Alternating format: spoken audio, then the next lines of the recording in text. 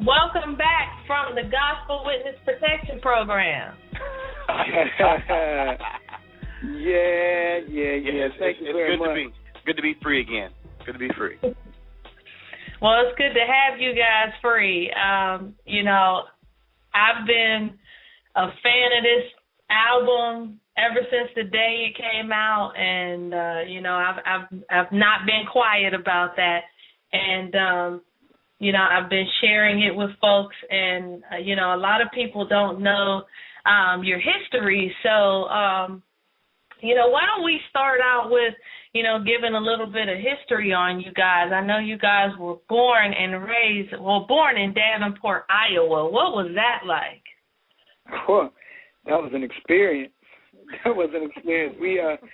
We only lived until we were 5 and 6, and we moved away. But we have roots are there. We still have family there, and that's where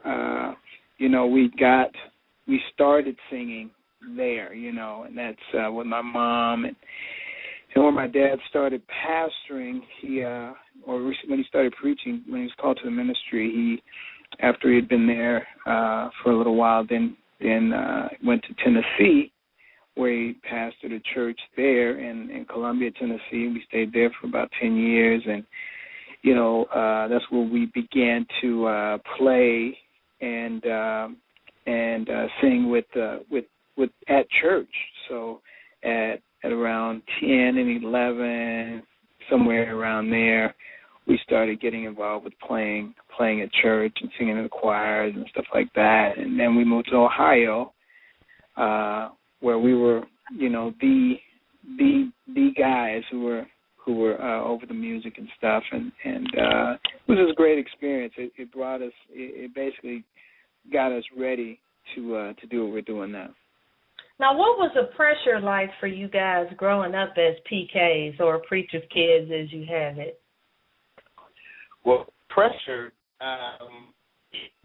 to be good, to put it plainly, that's actually part of what Pray For Me is kind of derived from. Just being PKs, we were under the magnifying glass way more than anybody else. In church, our peers, were getting into more stuff than we were into. We weren't really into stuff when we were coming up. We were into our music and stuff like that. So we didn't really have time to get in trouble. Never been into law. We weren't bad kids, but still, like the slightest little thing that seemed a little off center, just the people in my dad's church, they couldn't wait to tell dad. So we kind of had that pressure of just being something different than normal, because that's normal kids get into stuff. That's how you learn. You experience things, you learn from it, you grow from it. But we had to walk that line a lot, coming up, and I think that really kind of developed who we are today. Neither one of us, you don't hear about us in no bunch of, well, you won't hear about us in no tabloids and that kind of stuff, or that's just not something that we're about. So that's probably the most pressure that we ever had. Now, was there pressure for you guys as musicians to, stick with secular music? Stay away from secular music, or stick with the gospel? I don't think it was a pressure.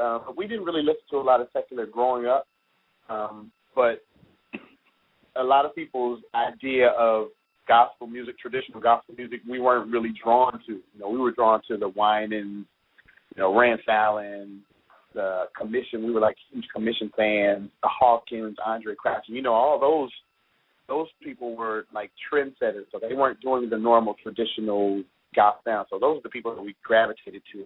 And when we could, as we got older, we would listen to people like the Gap Band or Earth, Wind and Fire, Kool and the Gang, Stevie Wonder, people like that kind of started influencing our sound. So it wasn't really pressure. It just was what it was. We didn't buck against our parents saying, "Oh, we don't want y'all to listen to all that stuff." Sneak every once in a while, look at some videos, but that's about it. Okay, so I heard somewhere that you guys were actually part of Commissioned at one time. Yeah, we had in '91, I believe it was. 90 or '91. We started.